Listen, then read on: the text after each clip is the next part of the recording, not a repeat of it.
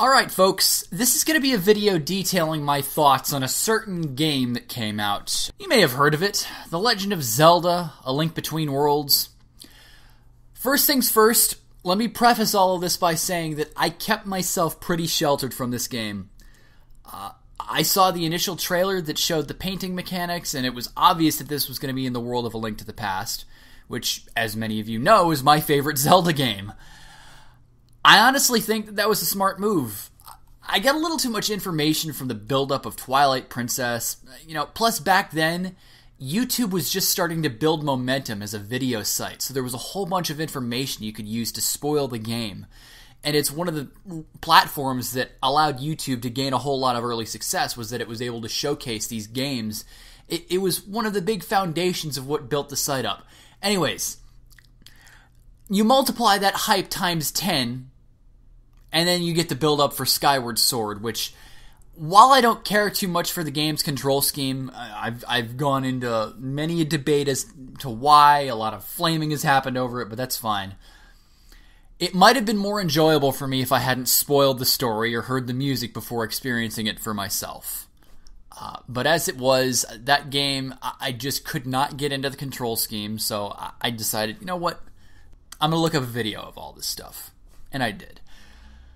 So, with this game being so rooted heavily in one of my most beloved titles of all time, I wanted to keep blind to it. So every time someone linked me a new trailer or a song from it, I ignored it. I wanted to experience the package fresh. I knew for a fact that I'd have to play this game the same way I played A Link to the Past to enjoy it the same way as A Link to the Past. Utterly and completely fucking blind. Obviously, this video is going to have spoilers, so if you haven't played the game, you can leave shortly after I make this statement. A Link Between Worlds is bar none the greatest Zelda title I have ever played. And I own all of them. I've beaten most of them. And I've looked all of them over in huge detail out of sheer necessity because of my nerdy-ass timeline videos. This game is the epitome of everything I love about Zelda.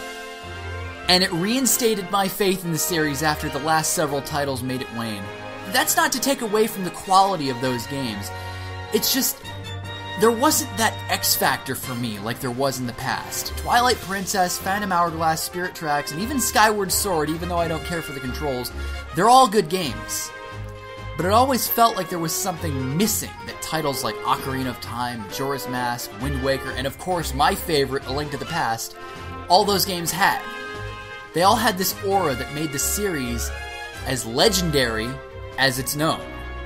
And it's not so much the fact that my nostalgia goggles are making me say that A Link Between Worlds is a huge return to form, because there is a lot of nostalgia. The whole damn world is built like A Link to the Past. The music is masterfully redone, and most of the item selection is straight out of A Link to the Past. There's even things like, if you've played A Link to the Past before, you'll go under the bridge after you get the flippers and wonder, oh, is there a guy with a bottle under the bridge? Yes, of course there fucking is! Holy shit! Just little things like that make you, if you enjoyed the original, it makes you feel like you're in the know or something, like you're privy to some secret information that people that are new to the world of A Link to the Past don't know. But it goes a lot deeper than that. A Link Between Worlds somehow manages to find that right blend of old and combines it with so many things new that make it its own.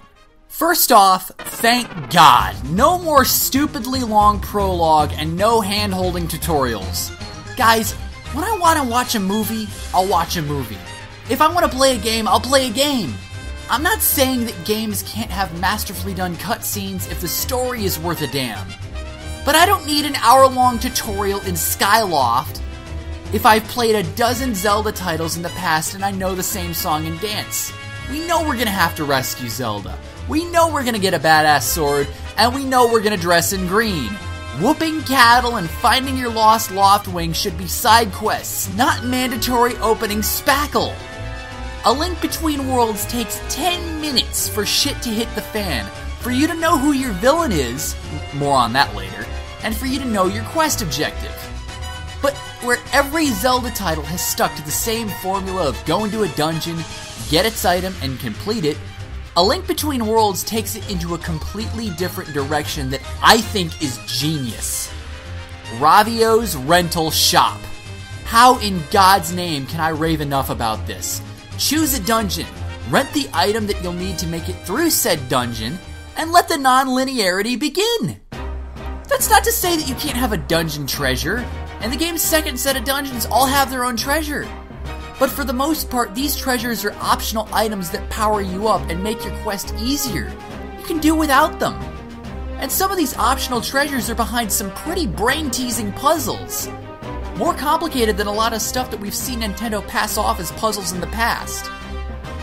That makes it all the more rewarding, and by making the treasures optional, you give the game an excuse to not make the answers so obvious.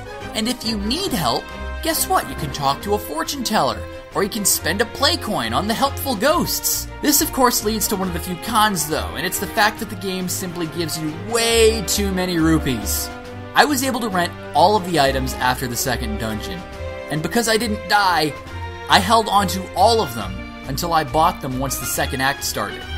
And even if I did die and lost all my rentals, I'd still have been able to rent them immediately again.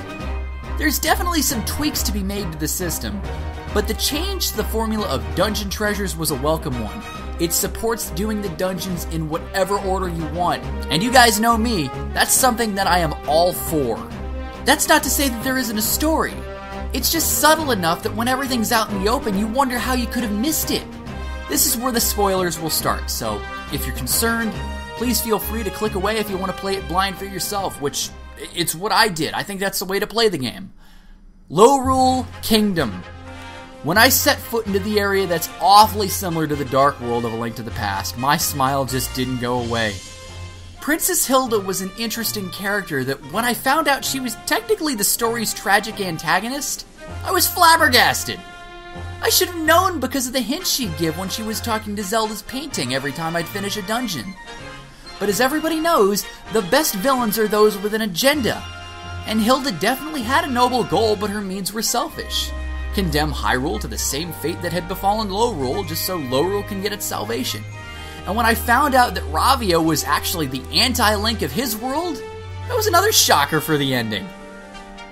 Not to mention the fact that this game really got my gears going about theories for it. Not just the series timeline, but just for this one game itself. What is Lorule? It can't be the Dark World, because that was the distorted version of Hyrule's Sacred Realm.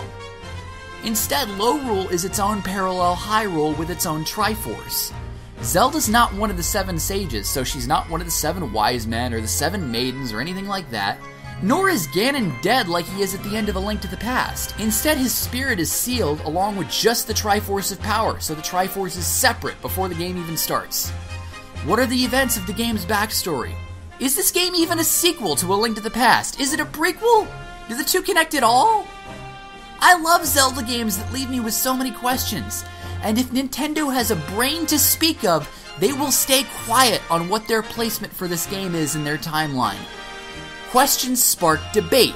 Debate creates interest. Interest sells games. And without a doubt, if you have a 3DS yet not this game, what in the blue hell are you waiting for? In my opinion, this is the best Zelda title in at least 20 years, if not ever. I fucking love this game, and somehow, after 20 years, it has knocked A Link to the Past off the top of the pedestal of the Zelda series, in my opinion. I love it. I can't speak highly enough about it. If you guys haven't played it, do so. That is all.